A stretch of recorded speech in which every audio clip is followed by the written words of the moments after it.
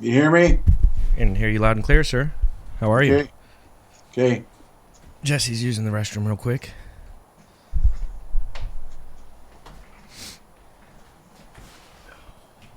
And he's here.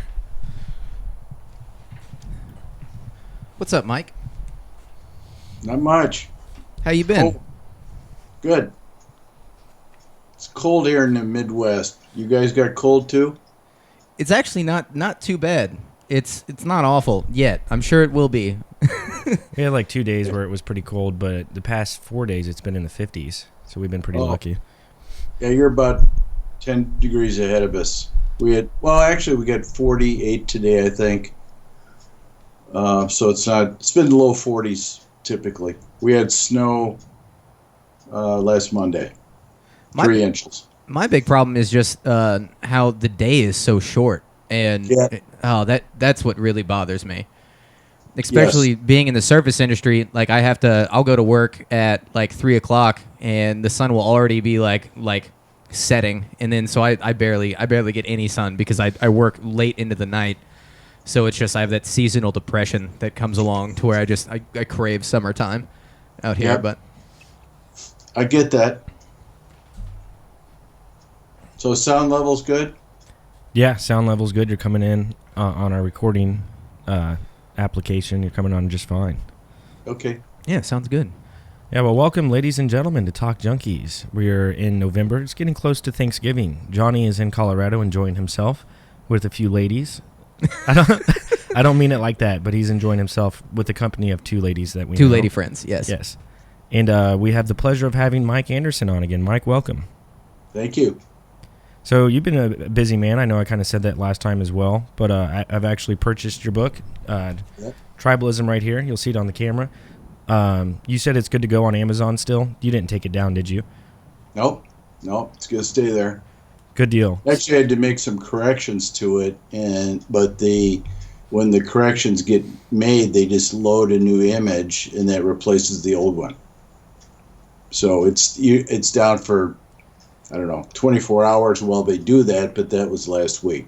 So very nice. Well, we'll have a link in the description down below for people who might want to purchase your book. I've read a little bit of it, but having 2 kids, I find it hard to find time to read. But I will make time to read this in its entirety. You pretty excited about it? Yeah. I'm on to the next book though. So I'm doing marketing, just starting the marketing and all that. It's there's a lot to do there. Getting yourself out on social media. I'm sending copies of the books to people who are influential and might review it or mention it. I mean, because that's the only way to get sales.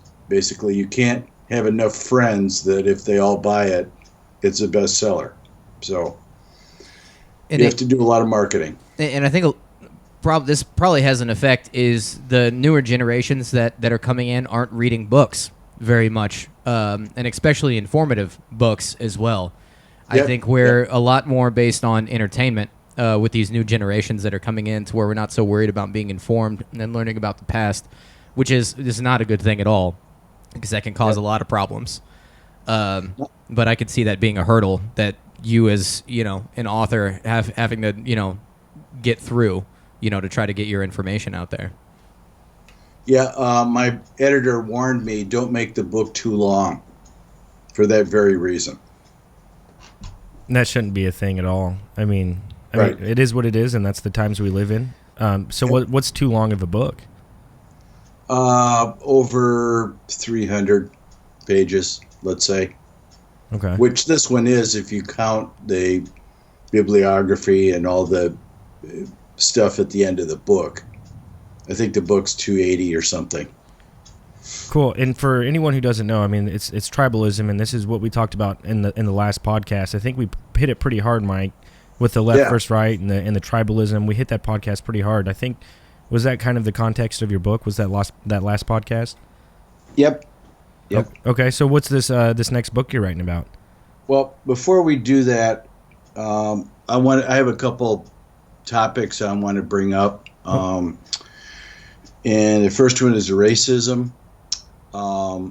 if you guys don't mind, the reason I bring it up is because I want to get your input on whether you notice racism in your daily life. I'm doing an informal survey, talking to different people about it. I'm trying to determine whether I live in a bubble because the people around me are not racist. So I want to get your guys' input. You're very much in the, public all the time with the kind of job you have. What are your observations about racism? I mean, you can't really look up racism in America because everything is so skewed. You can't get any statistics. According to the left, the whole country's racist. My own belief is that, yes, there are racists, but it's a small percentage. But I don't know that. That's why I thought I'd get your opinion. Well, for one thing that I will say, this is don't get me wrong. This is a little bit of a difficult topic. You bring a lot of morality into it. It's not. It should be discussed for sure. Right. It's obviously a very heated topic to bring up. But I will say this. You make judgments upon people like I will sometimes that I will say that that I'm not so proud of. Not so much on as far as racist, as far as the color of anyone's skin. I treat everyone equally up until I feel as though like I give you all the respect up until you don't give me any kind of respect, and then I make a judgment from there. But I will say from certain like demeanors of people, or maybe like me being in the service industry, it can be I can make a judgment on somebody based upon like maybe more so the clothes that they wear, or if I have a visual aspect that I feel as though they don't have as much money, maybe, which I know doesn't. I don't think that gets categorized so much as racism or anything, but I feel as though I'm like, oh man, you look like you don't have that much money, and then I get worried about maybe the amount of like the tip that I would get in the end of that because of that. And I've been proven wrong on that. There's just kind of a mental thing that goes through my mind. Like everybody, I think, makes judgments based upon appearances so much, but for me, it's not the color of anyone's skin. It's about just how the first impression that they make on me, and I do make a visual judgment whether or not somebody is like well dressed in a suit. I shouldn't be like you should treat anyone like no matter how they're dressed with the utmost respect as you would treat anyone else with, up until they give you a reason not to show them respect. Let me stop you for a minute, okay. if I can, Absolutely. because I'm not asking about you two personally. I mean, you kind of took my question wrong. I'm asking if you observe it in your daily work. I mean, do you observe people that come in that are racist in their treatment of other people? Let's make it abstract and remove it from yourselves personally. Because I didn't mean to get that personal about it. I meant to, from an observational standpoint. Okay. So in Missouri, I mean, that's where we live. We're South Kansas City. Majority of the Kansas City population is black. But in just our everyday lives and seeing the amount of people that we see, I don't think that I see racism in any way, shape, or form. I think if you ask anyone, what's the main thing in Kansas City that we can hold true to, and that's the fact that we're all very nice people. You can go to anyone in Kansas City and just say, hey, what's going on? Like, how's your day? For the most part, right. That's what it is. I mean, and that's how we live our everyday lives. I think to almost better answer the question, I don't see we see the general public all the time. There is no outward thing that I've ever seen from the general public to where it is any kind of racial confrontation that I've seen happen. It is everybody, and like what Paul was saying, I don't know if we have that Southern mentality still to where you just kind to everybody. We hold doors open for people no matter what. That's how I was raised. I say yes, ma'am, no, ma'am to everybody who's older than me. I'm very thankful to have grown up that way. But that's very much just the city that we live in, and I don't know if if it's different everywhere else, but no, there is no, at least in Kansas City, Missouri, and in the Midwest, everyone is treated with respect and kind, and kindness in general, as far as I see. Definitely the majority. Definitely the majority. Now, I want to get into some of the stuff you brought up, though, when I asked you the question originally. I just want to talk about it from my standpoint. Again, not your personal standpoint, but, I do a lot of reading about it and stuff like that. And so I want to talk about that. And that is, to me, there are 4 situations that all of us are in that cause us to have different responses to our environment. Okay? And first of all, is the most personal one is, and you described this yourself, it's the reactions you have to other people when you first see them. And I always use the example when you go to a party and you're like, one person. You got invited to a party and there are 20 people there and you don't know any of them. And the response that you have walking in the room is completely innate human behavior. And I don't know if you guys know that or have read about it, but when you look at a person who's a stranger, it takes 6 milliseconds for you to size them up. And in 6 milliseconds, your brain will say to you, okay or not okay. And it could be wrong, but that's the first reaction you have to other human beings. This goes back hundreds of thousands of years. It's a defense mechanism that humans have developed over time to react to other human beings. Am I safe or am I not? And if I'm not safe, I'm going to fight or I'm going to flee, basically. So that's step 1. Step 2 is discussions you have in private with other people. I personally feel like that is a more free environment than public, obviously. If I were sitting having a beer with you two, I might say something, and I'm not talking about racism. I'm talking about opinions about things or whatever. I might say things more strongly or more openly with you two than I would in public. Because you're not in a judgment, you're in almost like a judgment-free zone where you feel comfortable with the level of criticism that will give back to you. You're in a safe environment. You can say some things and you're not going to get, ridiculed or ostracized for, the things that you say. Right. So the innate reaction thing, to go into the party thing, this is not something you can control. If you notice somebody at a party and they've got a long beard or something, I make up any story you want, and there's something about them that makes you feel uncomfortable, and you go, I don't like that person. A sensible person will say to themselves, well, that's my first reaction.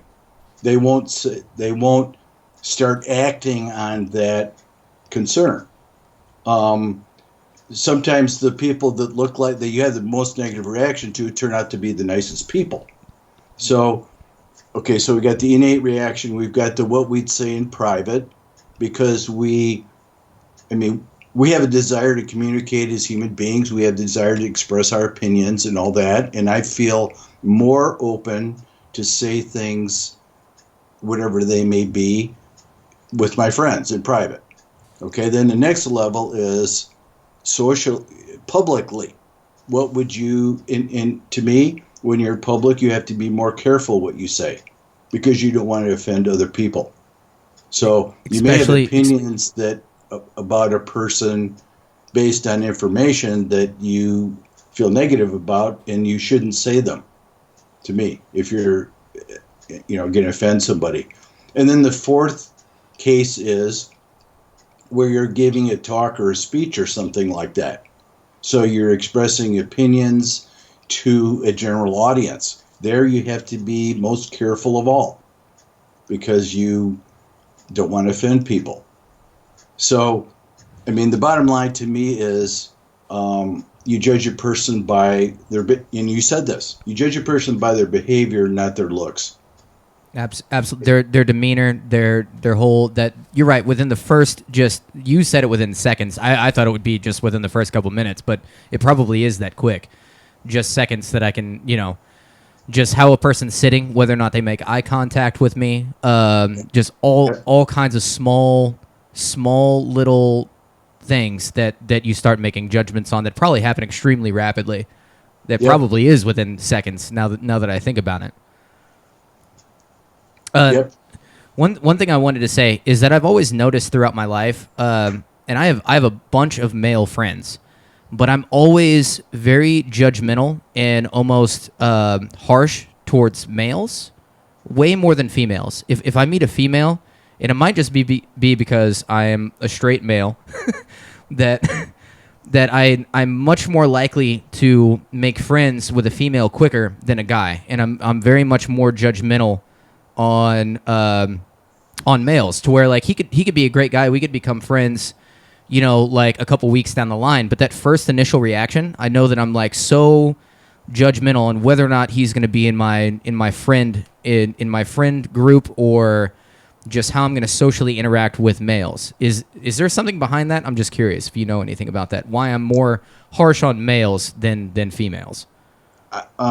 Don't know anything about that. Haven't really read anything about it, but I was going to echo what you said. I like, and I'll just say a different way, I like women more than men. And what I mean by that is there's a class of men that I don't like and don't like to be around. And those are these high testosterone guys who, maybe drive a jacked up truck or something like that. I mean, they're just like all about their ego kind of thing. And I don't want to be around people like that. And I don't know that there's a class of women who I feel the same way about. I don't know what that would be. Unfortunately, there's an awful lot of. I hope you guys don't have jacked up trucks, because I'm a truck. No, no. You're not offending anyone here. If I had I would laugh. I would actually laugh if I had one. I would laugh at your comment. And we actually have a friend who has a lifted truck, and if he was here today, he would be laughing at your comment, and he'd be like, "Yeah, you're not wrong." I guarantee you, he'd be like, "Yeah, you're not wrong. I'm pretty big into my ego."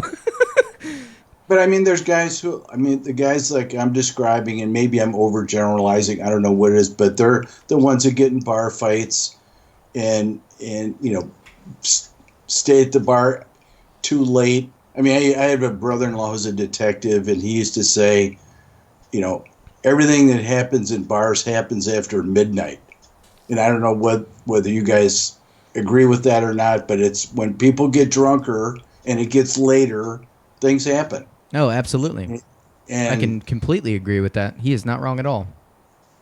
So in regards to the 4 points that you made, I think that the third one and the fourth one is what I'm curious about, and to the point where it's when you're in public and you're having those conversations and you have to limit what you say.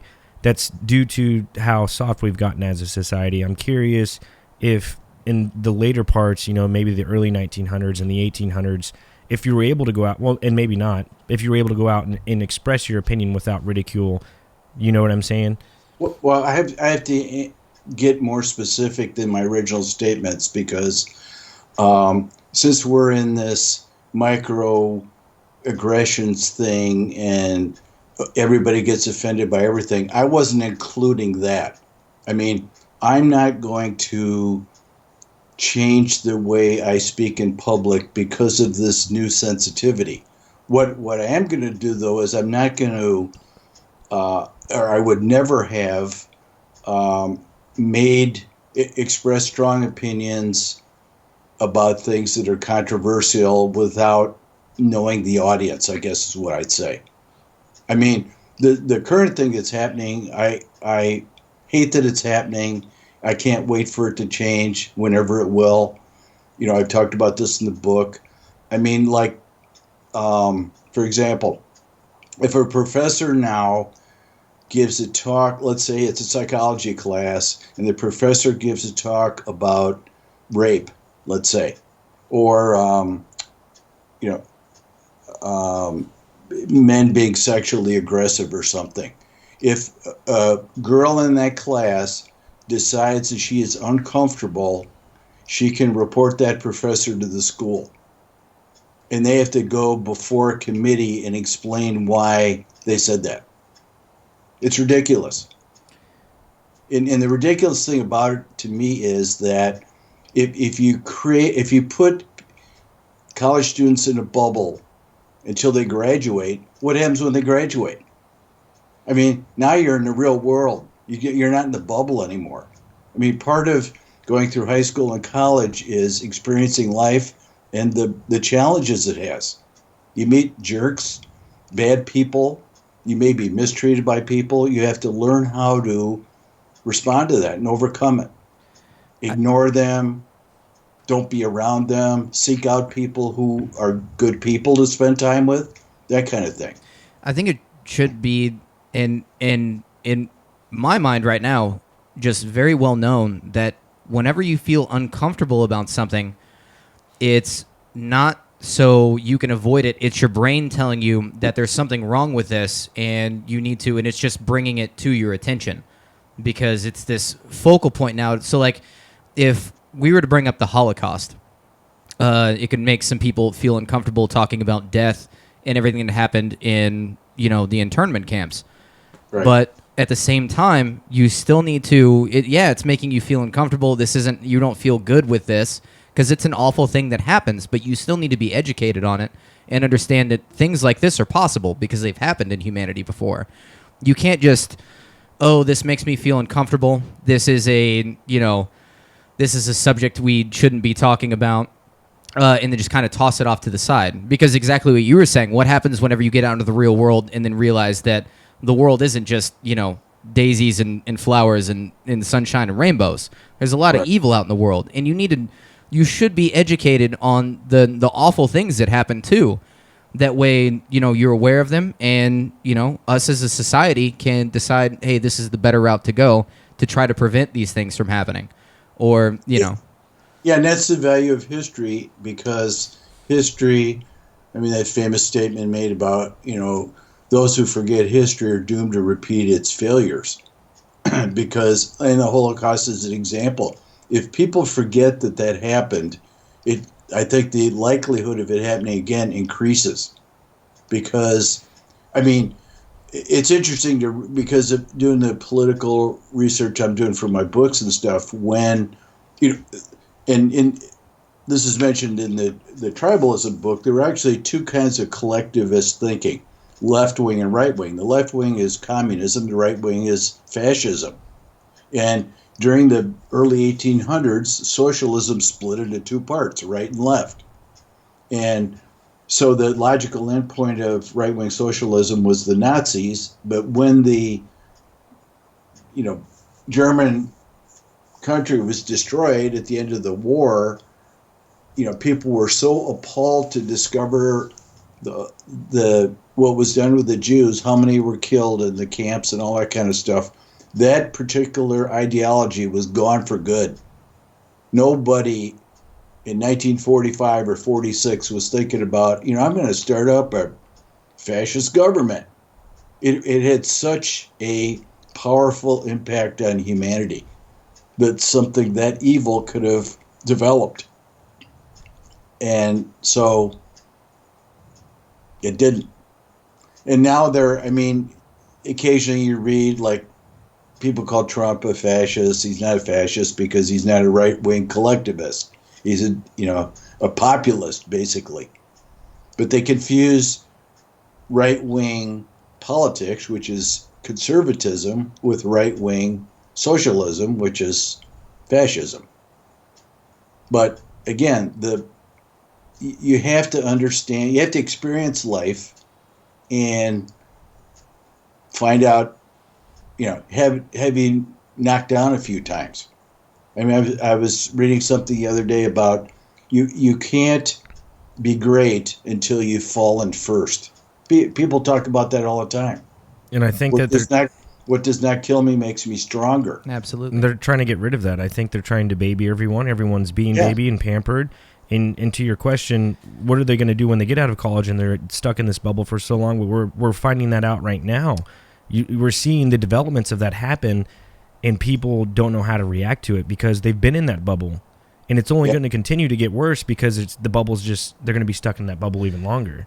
This gives me a great opportunity to bring up my favorite book, which I'm assuming I've mentioned it on this podcast before, but it's called Man's Search for Meaning by Dr. Viktor Frankl, who is a well-known psychologist and I believe a brain surgeon as well, who was a Jew during the Holocaust that had to, I think he went to 2 different internment camps. It's been about 4 years since I've read the book. And he talked about suffering not being, and this is a guy who was a Jew, had his wife and 2 kids killed through this whole process, and in the end came out with how there can be positive from suffering. He was, I'm trying to remember exactly what he called it, but he said you can develop and you can become stronger, and only learning can come through, true learning and better understanding of everything basically comes through suffering. So he said, don't look at suffering as like, oh, everything's just awful. Why is this happening to me? He was like, this is what develops you as a person. How you are struggling and suffering happens to everyone on the planet. Nobody has ever lived a life where there wasn't something they had to have overcome, and they need to not look at it like, why is this happening to me, but almost be thankful at the opportunity to suffer a little bit and then become a better person from it. Because you're right, without having something to develop you, like what is the purpose of life? And you can almost get down to like a Taoist mentality to where there's good and evil, and I don't want to. Okay, I might be going off a little bit there, but no. There's a purpose. There is a purpose for struggle in this world too. And don't get me wrong, like something like the Holocaust is awful, but to hear like nobody should ever have to go through that. But to hear somebody write a book on him going through the Holocaust, his whole family dying, and then literally trying to be positive about the whole thing in the end, and about how much stronger you can become as an individual because of the suffering that was given to you. He was like, think of it like a gift. Because in the end, if you're able to overcome it and look at it like, what can I learn from this? What kind of person am I going to be if I get through this struggle? I can conquer anything after that if I can go through this. I love Dr. Viktor Frankl, especially Man's Search for Meaning. That's a fantastic book. I don't know if you've ever heard about that book. Read it. I'll look it up. It's a phenomenal book. I recommend it all the time. It helped me during a very dark time in my life a while ago, and it was recommended. I think I was just like looking for, kind of like ways out because I was in a very dark place, and I was looking for some what is it, like philosophical help almost, like, how can I, help myself here? And I was on the internet and I found that book through, I think it was just a motivational speaker, and then I ended up buying it, and that book just blew my mind away. But yeah, no, there is a reason for going through struggle as a human being, because it actually develops you and can make you stronger. I know I went off on a weird tangent with that. No, that's all good. I mean, life can be painful and difficult, and all of us have to reconcile that with our place in it. You have to have things that, belief systems, whether it's a religion or something similar to religion. In my book, I talk about moral capital. It's family, it's community, it's religion or religion-like, or it's patriotism, belief in your country. And those are the rocks, they're the foundation that you build your life on. But then you have to motivate yourself to accomplish things too. You have to accept the fact that things can be difficult, and you have to work beyond them. Because you can't, if you let yourself be consumed by the pain, then you don't get any, your life isn't worth anything, and you're not happy. You create happiness by working hard and accomplishing things, trying to accomplish things. And I think that's a good point that you bring up, because the left have been so against this. I mean, they've been on the Russiagate for, it was 2 years, and now they're on this impeachment. And I think that kind of goes hand in hand with what you're talking about. They're literally just feeding people's mind with pain each and every single day, that they're putting into the minds of the masses that our president is so horrible and he's doing all these bad things, as opposed to bettering the American people's lives. Well, I don't know if you've heard the term Trump derangement syndrome, but it's Oh, yeah. definitely there and definitely operating because the Democratic Party has never accepted the fact that he got elected and Hillary lost. So we spent the entire time since then trying to figure out a way to impeach him. So, and that's what you said. And it's unfortunate because it doesn't get anything done for the country. Exactly. They're just, I mean, just filling everyone's minds with just pain. Like, in my opinion, I mean, the way you just put it, it just clicked with me. And I think you talked about it on an earlier podcast. I don't know which one that it was that you said this on, but you said, and I never remembered this time, but you said back earlier, whenever a president got elected, all of a sudden the sides would now come together and be like, okay, we have to back this guy. And it's not that way anymore. I don't remember a time where it was like that, ever. It was always still battling, almost still like he was like running for office, and it was just, you know, and just how much can we attack this guy, as opposed to, okay, now this is what we have to work with. Yes, we lost, but we need to like make the best out of this for the better good of everyone else. But I don't ever see that changing. That's probably how it's going to be, you know, forever. I don't ever see it going back to that.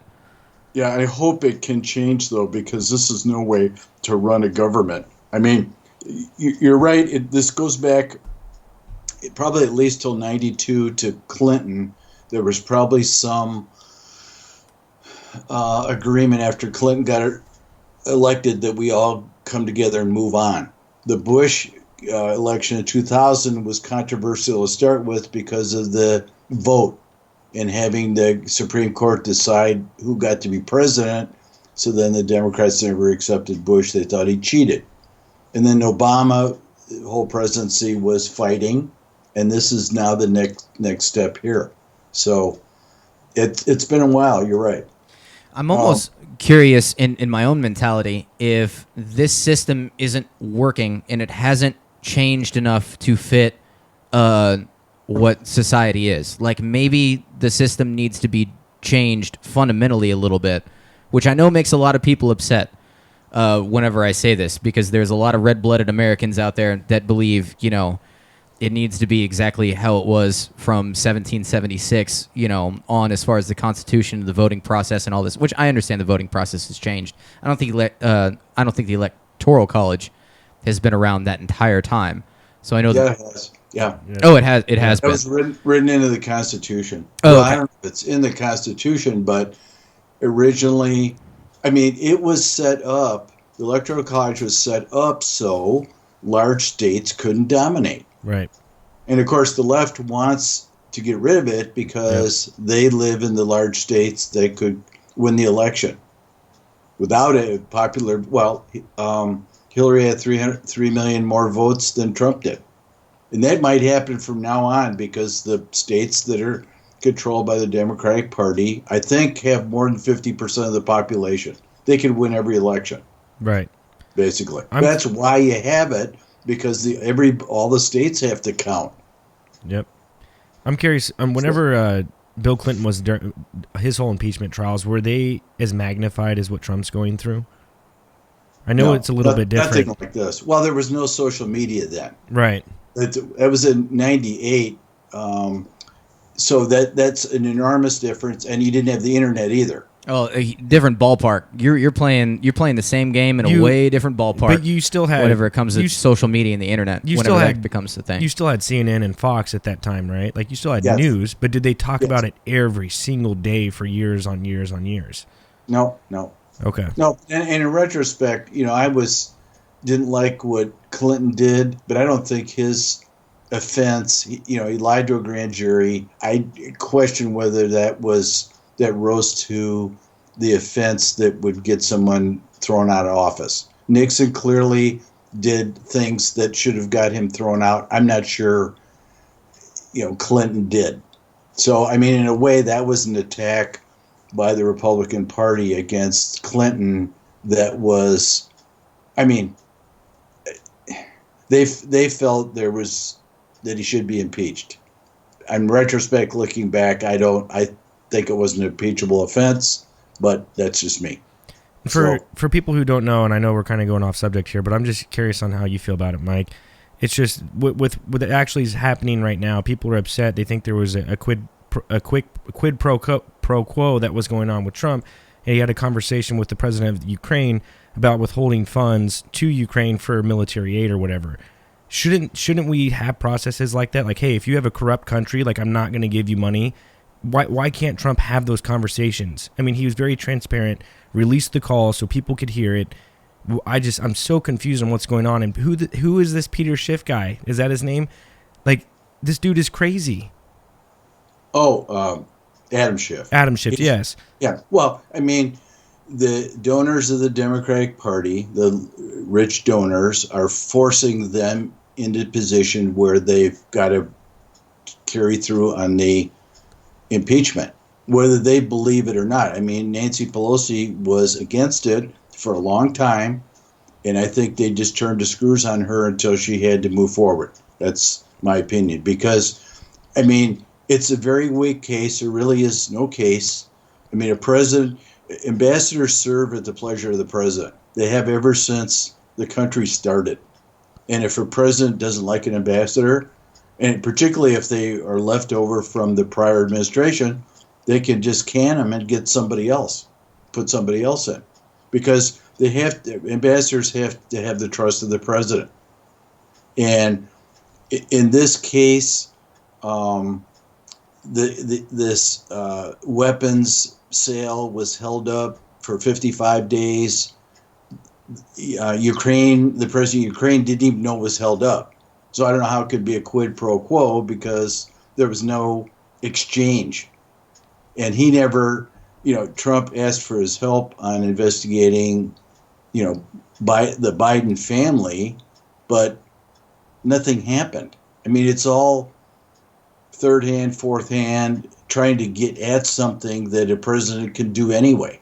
I mean, I can hardly imagine in past presidencies, let's say FDR or something, during World War II or before World War II or whatever, that arm twisting that went on with our allies.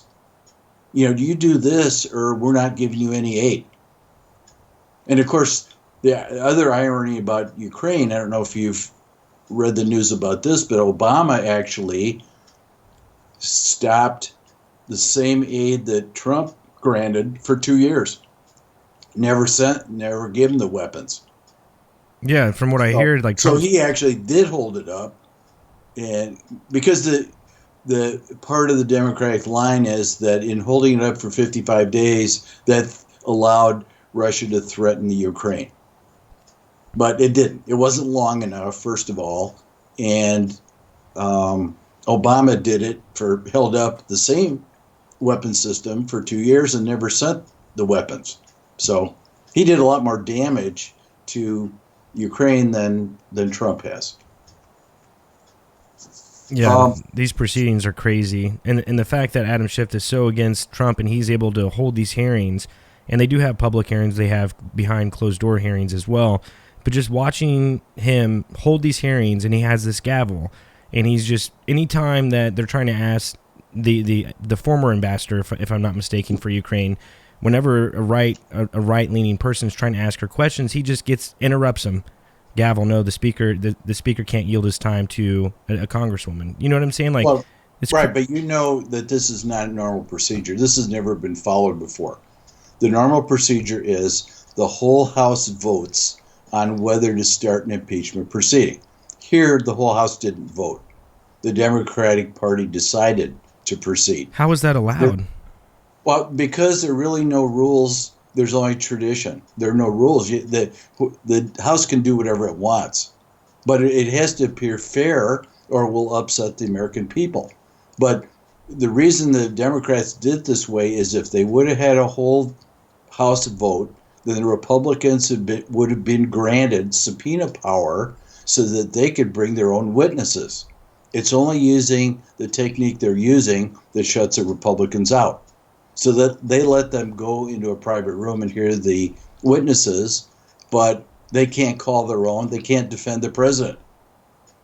So it's a one-sided, unfair trial, which the Democrats are running a very significant risk at doing.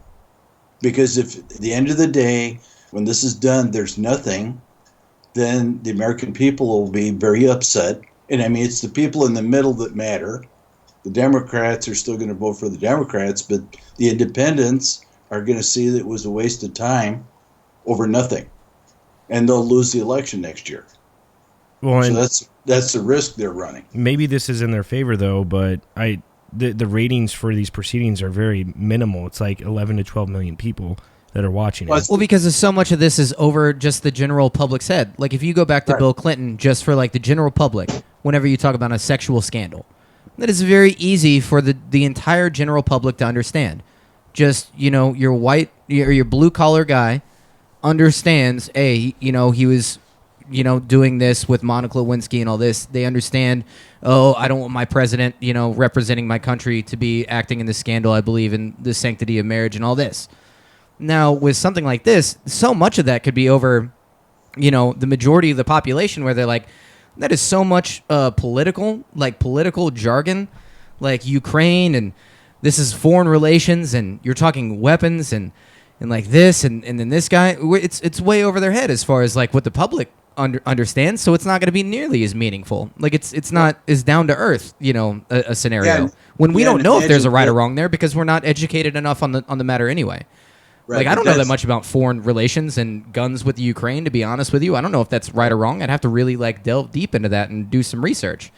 But yeah, that's the interesting difference. Part of what you're saying is that the Mueller report was supposed to produce the impeachment, and it produced nothing. Talk about something the public wouldn't understand. So when this call came up, the Democrats made a calculated decision that this is simpler than the Mueller report, all about, collusion. Did he collude? Did he, what did he do with the quid pro quo with the Russians? What really happened during the election? Blah, blah, blah. That was way too complicated. It's simpler if you make a phone call and make a bribe. So it's funny how you guys are talking about how complicated it is, which it is. It's still too hard for the public to follow. And I read an article the other day about it, 2 or 3 days ago.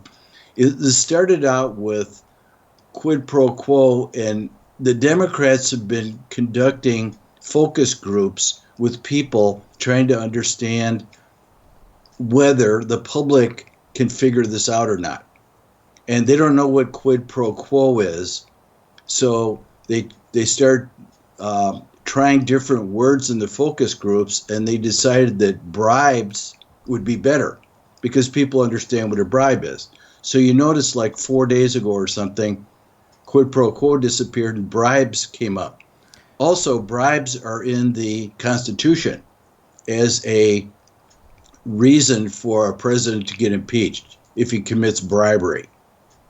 So they're trying to simplify it, and so the public can understand it. So if they understand it, they can realize what was done. So it's all a strategy. But like bribery is basically like, hey, if you're not going to do this, I'm not going to do this, and they're trying to make that into, hey, you're bribing them, basically. Right. But there's so much of that done. There's so much of that done all the time to where you're like, hey, we need to come up with a general consent. And I'm not like, this is my highest I'm willing to go here. Isn't that just almost just like business? I don't know. I could be. I'll let you go. The majority. I'm not the majority of it enough on this matter. Was the fact that he's going against. He's trying to get information on Biden for the upcoming elections. That's what they're trying to put on Trump, if I'm not mistaken, Mike. Right. And no, you're right. But what did Hillary do in the election to get Trump? They created this whole scenario, which is what the Mueller report was about. There was this dossier created by an ex-MI6 agent that was paid by this fusion consulting company that was hired by the Democratic National Committee to create this false narrative about Trump influencing the election. I mean, that's the irony, is they did the stuff right that they're accusing Trump of, and now that report's going to come out. It's going to come out in the next 2 weeks because the Attorney General actually investigated what the Democrats did in 2016. Well, and she meddled with the Bernie Sanders elections. Yeah, but that's within the Democratic Party. Right, I got you. I mean, she rigged the delegates so she'd win. Right. That's for Bernie to complain about. And like you said, the reports are going to come out, and honestly, I think all this is just them trying to hindrance anything that Trump wants to do, because they know they're not going to win this impeachment trial. They know once it gets to the Senate, it's not going to pass, and even if it passes the Senate, it goes to a Supreme Court justice. It's not going to pass. He's still going to be president up until November. You know, they're just trying to hinder anything that he wants to do, and that's the thing. Everything that Trump has done so far for this country in the past 3 years, it doesn't get talked about. No one in the United States, not even people, I mean, there's some right-wing people who probably know, including yourself, what he's done to better this country, but majority of Americans probably don't know anything good that he's done for this country. Right.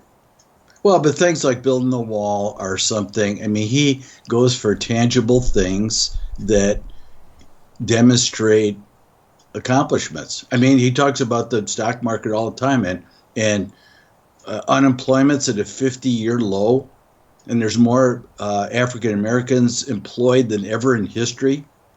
I mean, that's pretty important stuff. Pretty simple to understand. The economy's doing great. The stock market's creating records, and unemployment is the lowest it's been in 60 years or whatever. So, anyway, I want to change topics slightly. Yeah, let's do it. I mentioned in an email to Paul about these, and this is in the Tribalism book, the study that was done that tried to get inside the brain of people's political views. And it was published in 2018. And I just have some notes here from it that I want to talk about, because basically they took 8,000 Americans and did a very thorough analysis of, objectivity, how to pick the right sample and all that kind of stuff. And they asked them very detailed questions about their political ideology. And when they were done, it turned out that the populace, these people who were interviewed, they broke themselves down into 7 different groups, left to right. And I just think it's fascinating what the results were. First of all, I think it's probably always been like this. This is nothing new and magical in the past 5 years. I think this reflects the genetic stuff that I always talk about. But the point I wanted to make is the hard left is 8% of the population. So that's 26 million people. So there's 329 million people in the United States, so 26 million are dominating the media. So that's 8%. We're getting exposure to the opinions and the belief system of 8% of the population. It's crazy. Does that not happen on the right side too? Like whenever you watch Fox News, that's the hard right that you're really getting opinions from as well? The hard right is 6%, which is 19 million. But the answer to your question, I mean, and I wrote this in the Progressive Gene, the first book, 82% of the evening news is left. The only right is Fox.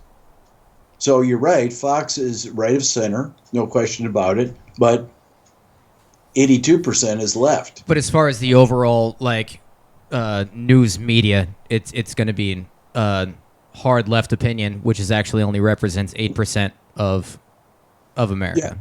Yeah. Well, I mean, I think you would have to say that the ABC, CBS, and NBC are probably left, but not hard left, whereas NPR, CNN, MSNBC are hard left. So, I mean, when you look at how do you get your news at 6 o'clock, it's one of the 3 networks or one of those other 4, probably, CNN, MSNBC, NPR. And so you got 7 on the left and 1 on the right. And of course, the 3 major networks are regular local TV or national TV. They're not even cable. So if you don't have cable, you get them. So they have a potential wider audience. And I hate local news. I hate local news. It's me personally. Local news is just awful. Yeah, because it's come down to stupid stuff.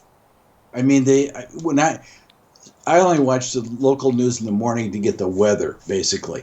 But the stuff they have on there is so. I mean, they're always telling you stuff like wear a coat when. Hey, make sure your kids wear a coat when they go to school today. Like you couldn't figure that out. My big issue with local news is they switch so quick. So they'll get on a story, they'll give you 30 seconds of a story, and then immediately switch over, and your brain hasn't even processed how you feel about what you heard, and the next thing you know, they're already 3 other stories deep, and it's just this quick, just flashes of news stories, some of them good, some of them bad, local shootings, whatever it is. Your brain can't even process it. I'm like, you can't. What are you retaining from sitting here and watching this? I was like, I can't stand it. There's no actual retainable information you can get from local news ever. I don't watch it. I don't get it either. I get my news from the internet because I can choose what news that can be. And I look at like Google News is where I look first. It's pretty left, but I don't care because it's the news. And so I don't worry about that too much. I look at, I read the Wall Street Journal, and Wall Street Journal is a little more right. It's right of center. So I look at more than one news source. But watching on TV is awful. So I just don't do it. I agree as well. I don't recommend it at all. Let me talk about some more of these groups, these 7 groups, because, again, it's very interesting. So traditional liberals are 11%. They're the ones to the right of the radicals, and that's 36 million people. And what's important about them is there's a lot of baby boomers in that group, traditional Democrats who are not crazy left. Those are the people, I think, that have to help break up tribalism by communicating with the right, because they're not radical. They have different beliefs. They, care about the poor and inequality and stuff like that. But they also believe that there has to be communications with the other side. So they're open to compromise and discussion, which the hard left isn't. So liberals are fine, progressives are radical and are not fine, is basically. So, I mean, I'm saying that because I'm not picking on everybody left of center as crazy. I'm picking on one particular small percentage of the group who is crazy. Then you have, next group is passive liberals, 15%, 49 million, where they kind of believe left, but they don't really vote too much. They're just not that engaged in politics. It's too complicated. They don't care. They're not interested in it. And then the most surprising group to me is called the politically disengaged. That's 26% of the population, 85 million people. Have no interest in politics and don't vote. But they're also the people who are the poorest and most likely to be unemployed, and divorced mothers with kids, and all the people with difficult problems are sitting there politically disengaged and not paying attention and don't care and are not involved. That's a lot of people, 85 million. Then the next group over is moderates. That's the independents, 15%, 49 million. Those are the people that go left or right depending on the candidate. So those are the people that parties have to influence because they make the difference. Because there are not enough Republicans or Democrats to win an election on their own. They're each about 40%. So there's the 20% in the middle that matter. Then to the right of them, you have traditional conservatives, 19%, 60 million. Traditional conservatives believe in the conservative philosophy, but they're flexible, and they hate tribalism. They're happy to communicate with the old liberals, and they wish Congress would get together, left and right, and get stuff done. And then the last group is the devoted conservatives, 6%, 19 million, who they're ideologues and they won't compromise. Just like the radicals on the left won't compromise. So that's the political spectrum, and it's just very interesting to see the percentages and the number of Americans and how they split. The other thing I want to mention, and we're getting short on time, unfortunately, is talking a little bit about my third book, and I'm not going to really get too much into the book, but it's called The Conservative Gene, so it's the opposite of the progressive gene. And it's a book I intended to write second, but I got involved in this tribalism thing, so I wrote that instead. But the point I wanted to make is I'm really doing all this research now on conservatives, and it's interesting to compare them.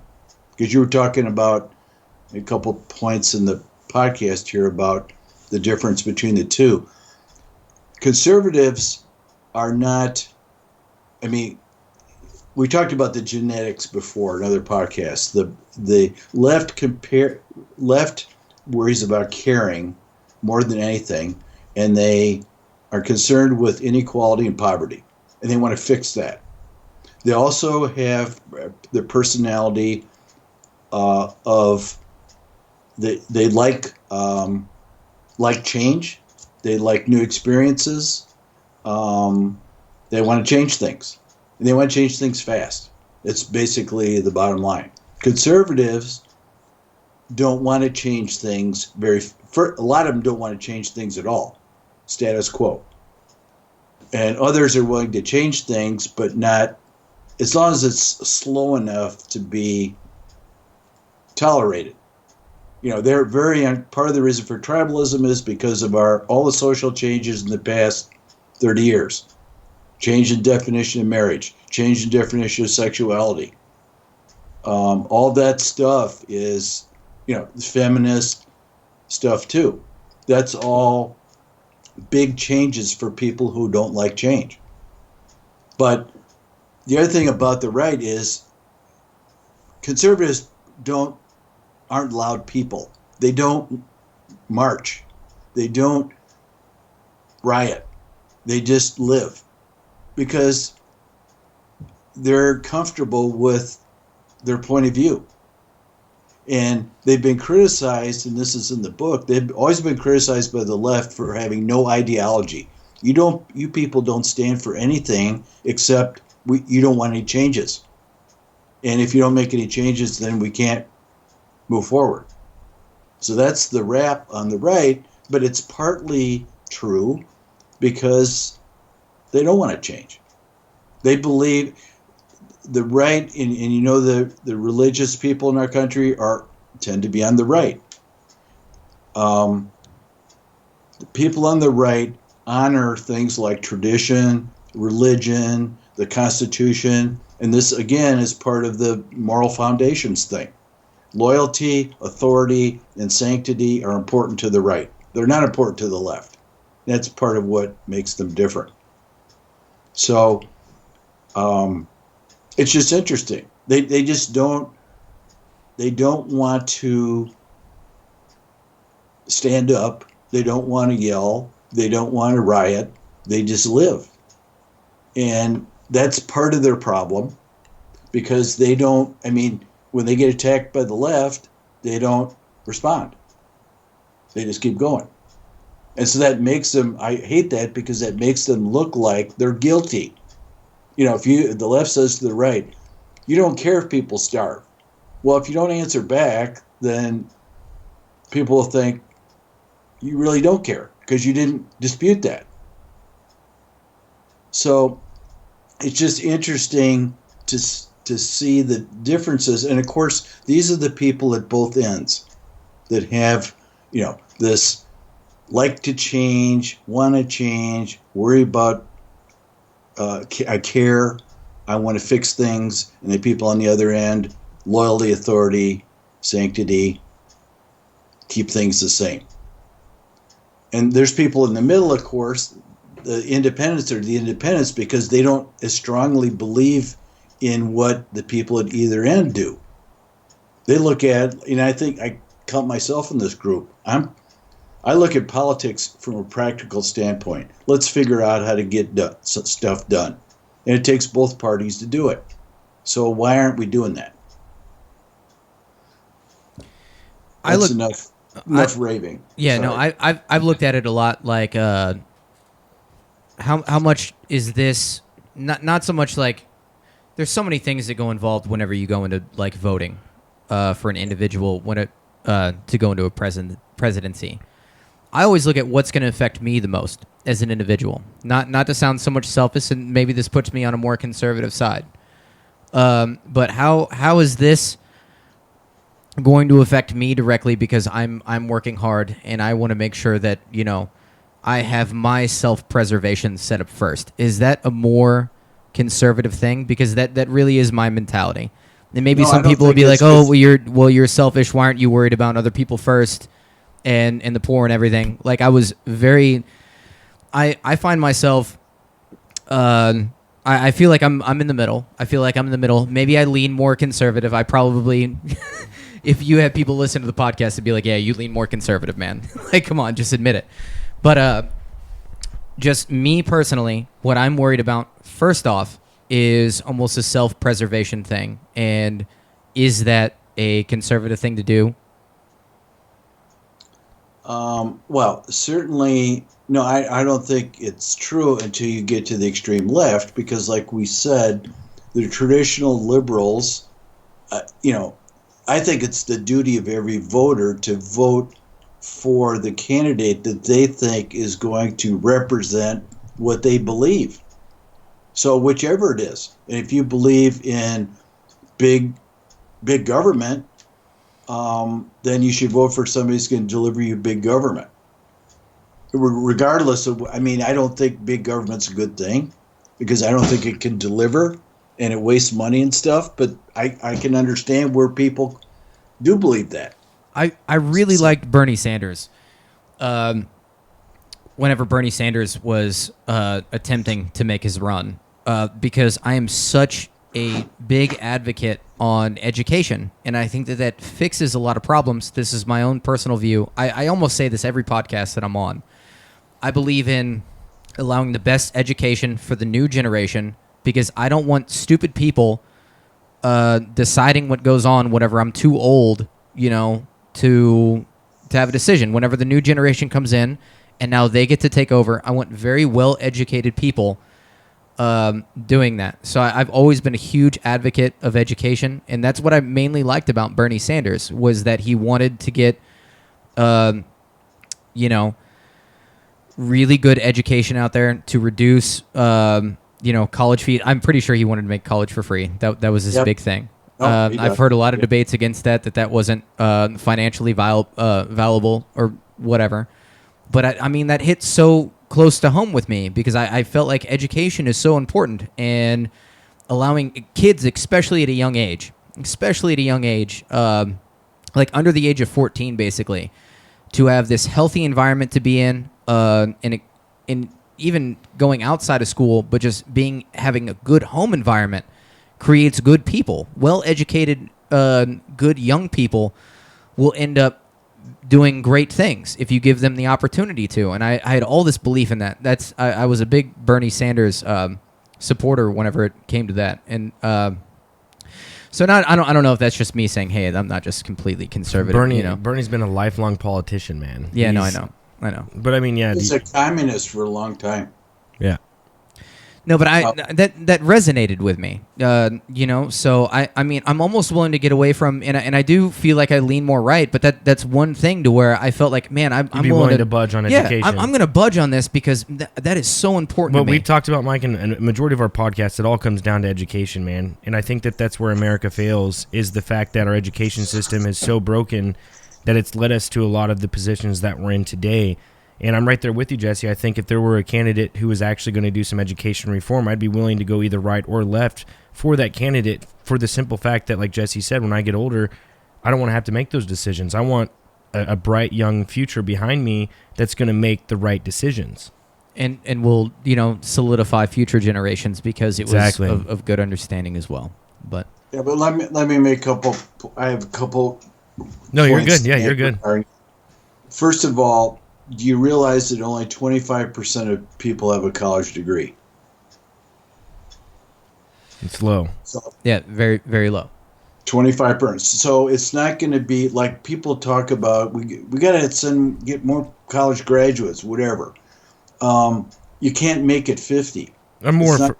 It's not going to be 50. It's going to stay 25 because those are the people who you have to have a certain level of intelligence and motivation to go to college. You have to be willing to do the work. When I was an undergraduate, I went to an engineering school, and we started with 450 in my class. It was a small engineering school, and 290 graduated. So 160 dropped out. None of those 160 were dumb, but most of the 160 didn't have the discipline to work hard to make it through. They quit or flunked out or something. Not because they were dumb, but because they weren't motivated in the right way. So it takes both things. And the point I'm trying to make is, and I agree 100%. The schools have to be fixed. I think it goes far beyond the cost, though. I don't like the fact that people graduate from college with a lot of debt. I blame the universities for that. And I have a girlfriend who's in college right now, and just the little things that they nickel and dime her for, and it's not nickels and dimes either. It's for hundreds of dollars. That I'm like, really, they're literally just out to soak up as much money as humanly possible. And this should be a fundamental thing to our society is education. And they're making it extremely expensive to get this, I just don't want to see young people be turned off by this idea of furthering themselves because it's so financially expensive. Universities stopped serving the students and now are run like corporations. They don't care. The biggest failure of universities to me is they don't care whether the students graduate on time.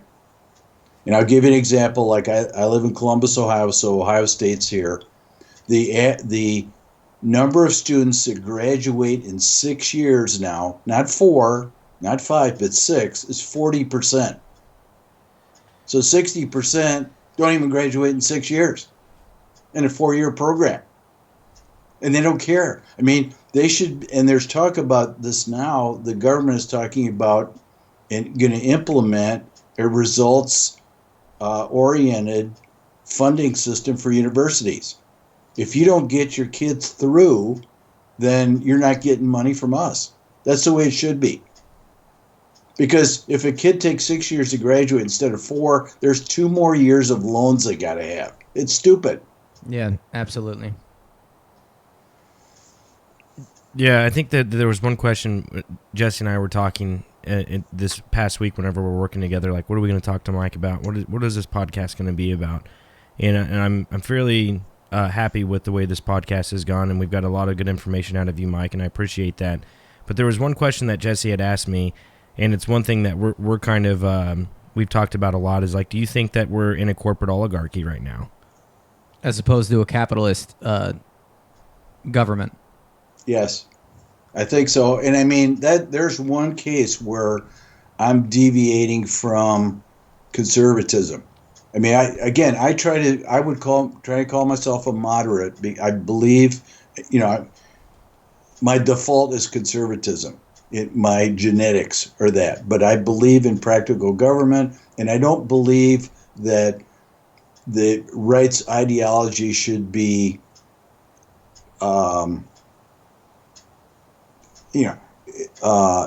dogma, that unless you follow all these beliefs of the extreme conservatives, that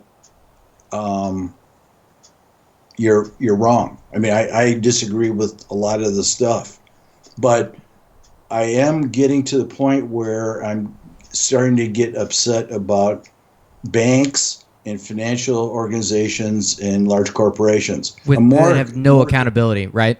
Zero more accountability. concerned about the banks because Wall Street, because I mean, if you remember in the 2008 crash, I don't know how much you guys paid attention to what was happening there, the housing crash. Well, the whole effort of the federal government was how to save the banks. You know, can't, because if the banks fail, then the country fails, which wouldn't have happened. And they bailed out General Motors because they thought if General Motors fails, what's going to happen? Nothing would happen. But it's whenever there's trauma in our economy, the banks always get what they need. Because it's like the psychological perception is if the banks fail, we're back in the Depression again. And so they get, I mean, in the case of the 2008 crash, the Great Recession, all those people lost their homes because they were sold mortgages they couldn't pay. And so The AAA rated, they were being packaged, and it was, yeah. right. So Yeah. so the bankers all got saved, but the people didn't, which is wrong. And the public has never even been able to sue them to get their money back. So the federal government is overprotective of, the financial community. More than corporations, I think, but corporations too. Here's another stat for you. There are 6 million corporations in the United States. How many are bigger? How many have more than 1,000 employees? 700 out of 6 million. Because almost all the companies in the United States are small businesses. So why do the 700 get all the attention and all the money? So it's unfair. Well, I mean, chances are high political officials probably had stocks and personal investments in those banks. Well, they're influential, right? Because they have money and they donate money to candidates and they keep the candidates in line. So this is kind of what we were getting at about why it's more of a corporate oligarchy, where now just this small group of really wealthy bank owners, business owners, whatever it is, has more influence now than just the average everyday person, which I think is completely sad. Even though you may have to throw in, it's the big donors, people like George Soros, who's on the left, and the Koch brothers on the right. They have trillions of dollars, and they give, every election cycle, give a couple $100 million to their favorite candidate. But they also, the corporations pay the lobbyists, and the lobbyists are the ones that influence the Congress, right? Because they're always meeting with them, telling them how to vote, giving them reasons to vote one way versus another, and there isn't anybody representing the public. So the decisions the Congress makes are based on the sum of or choosing between what the lobbyists want them to do.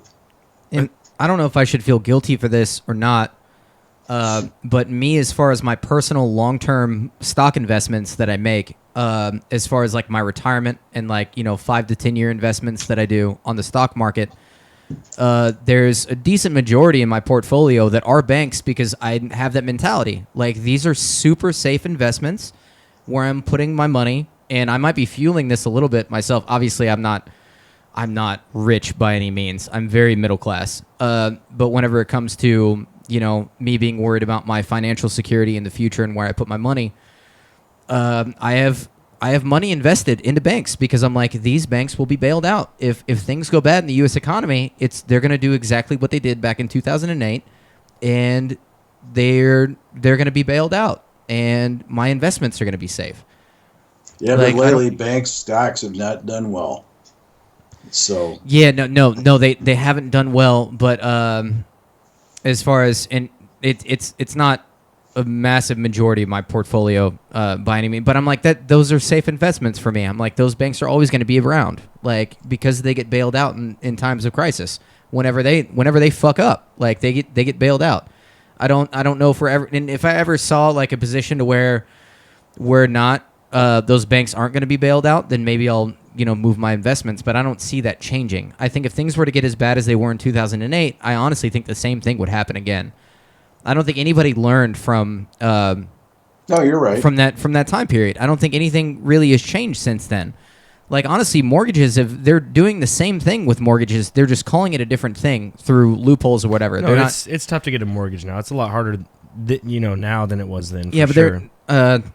and I'm not like fully educated on it, but that's just like my understanding. And I realize it's almost like a corrupt system that I'm putting my money into because I feel like it's safe because they can mess up and my investment will still be safe. In the end, my money will still be there, depending on whether or not.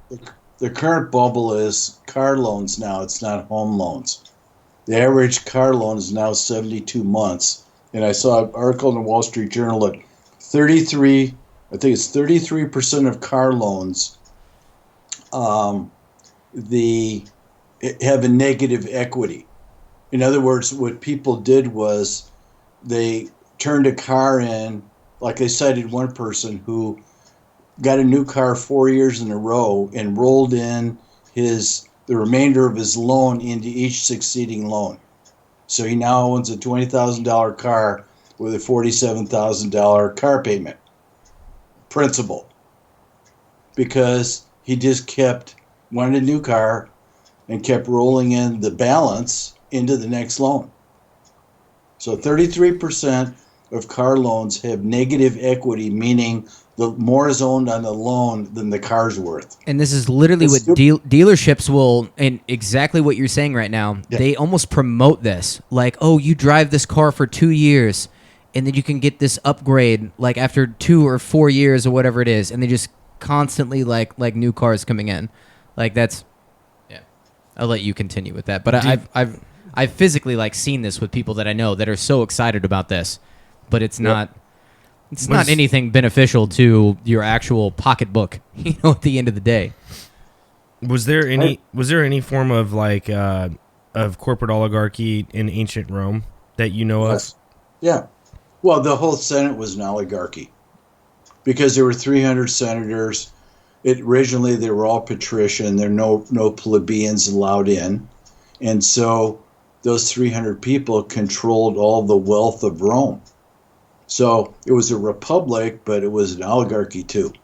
So we haven't learned from our mistakes in any way, shape, or form. It's human nature. I don't think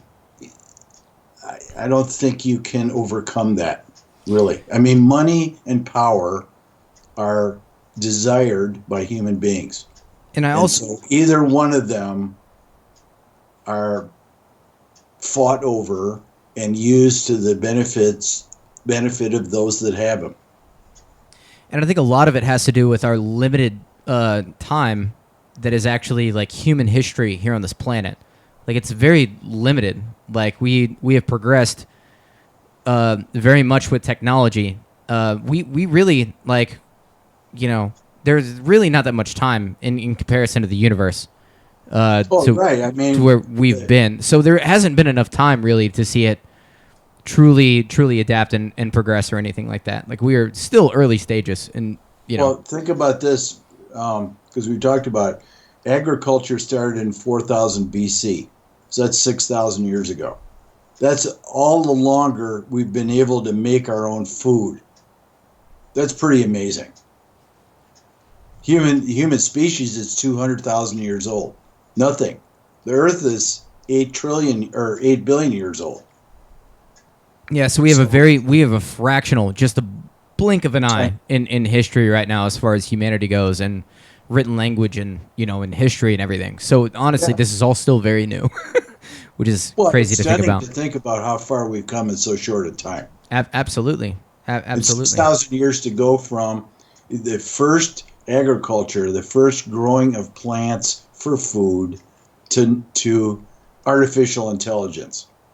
I mean, it's hard to believe. And one of my very strongest beliefs is, and I'm probably going to write about this at some point, how difficult that is for human beings to handle. because we're not designed for this.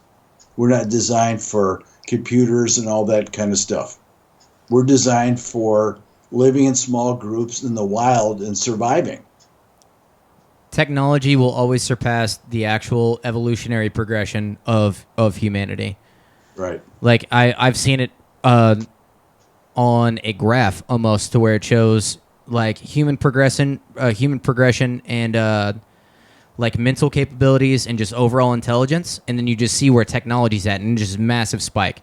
I can't imagine what it's going to be like in 20 years, like in 2040, like where technology is going to be, but we're going to be doing the same things. We're literally going to be worried about, what girl that, I'm going to talk to, on Saturday, and I want her to like me. That'll still be a thing, but technology will be so much further than that. It's a scary thing. It's a very, whether or not it's good or bad, I can't tell you, but it's scary to just me to see, that progression.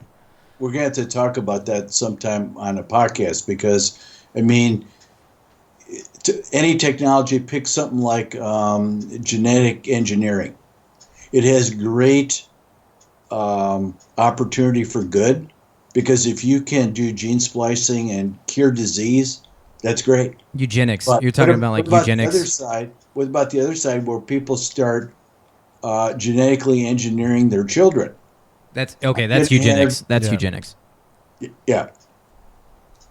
Well, eugenics, strictly speaking, is dividing people up by race, inferior and superior. But yes. Okay, so maybe that's more the end result of what it could be, the absolute like worst, to where there's that divide. Because you know that there are people with money who are going to pay doctors to engineer their kid. It's just going to happen. Because there are bad people, and there are rich people who think they're doing good, taking control of their lives or something. I'm going to have a baby genius who can play the violin or something like that, and he'll be a corporate executive, and I don't know, he runs a 100-yard dash in X or something. Because I can have that happen. Why do I want a dumb kid? I want a smart kid. Yeah, it's not good. That's a very gray area of morality. That is, so much bad can come out of that. I completely agree.